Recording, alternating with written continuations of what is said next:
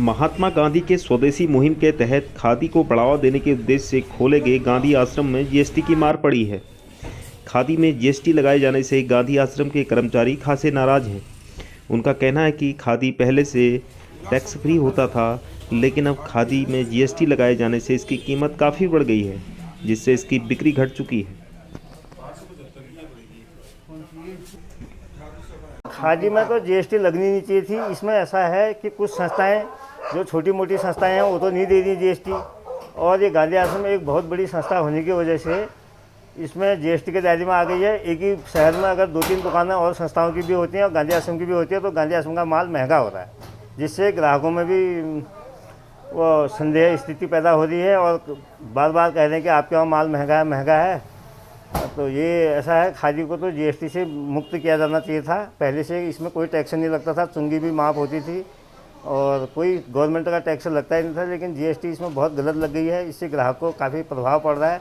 तमाम लिहाफ, गद्दे, रजाई और ये रेडीमेड जो भी वस्तुएं हैं ग्रामोद्योग संबंधी सारी चीज़ें महंगी हो गई हैं, और इससे वर्करों को भी हमारा तनख्वाहें टाइम पर नहीं मिल पा रही हैं, फंड नहीं मिल पा रहा है।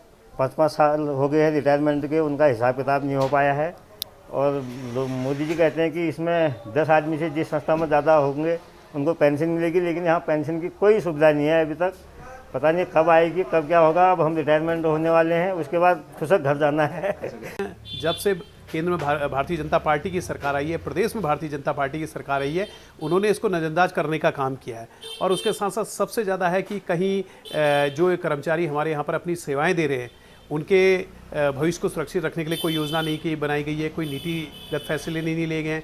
उसके साथ साथ अभी एक और निर्णय लेने का काम किया है, जबकि हमेशा इसमें छूट का प्रावधान रखा जाता था कि भी छूट दी जाए करके, और अब एक और जोड़ दिया गया है कि खादी को भी जीएसटी में सम्मिलित कर लिया गया है, और उसको विभिन्न स्लैबों में चाहे 3%, 5%, 10-12% ले लिया गया। तो कहीं ना कहीं जो खादी में छूट मिलती थी, छूट तो अभी भी मिलती है, लेकिन जो कम राशि में मिलता था वो अब दुगना हो जाएगा। और मैं समझता हूँ कहीं ना कहीं इससे हो सकता है जो उपभोक्ता है खरीदे ना खरीदे, और कहीं ना कहीं उसका भार खादी भंडार को पहुँचेगा, और कहीं ना कहीं जो इनकी नियमित जो अपने तनख्वाह उसमें भी व्यवधान होगा। मैं समझता हूँ कि सरकार को इस बात का संज्ञान लेना चाहिए और खादी पर विशेष जो है कि जीएसटी से राहत देने का काम करना चाहिए, और इनकी जो अन्य समस्याएं हैं उसका भी निराकरण करने का काम करना चाहिए, क्योंकि कहीं ना कहीं बापूजी का भी सपना था। और भारतीय जनता पार्टी लगातार एक और नारा देने का काम करती है कि स्वदेशी अपनाओ करके, तो कहीं ना कहीं इसमें भी प्रश्न चिन्ह लगता है।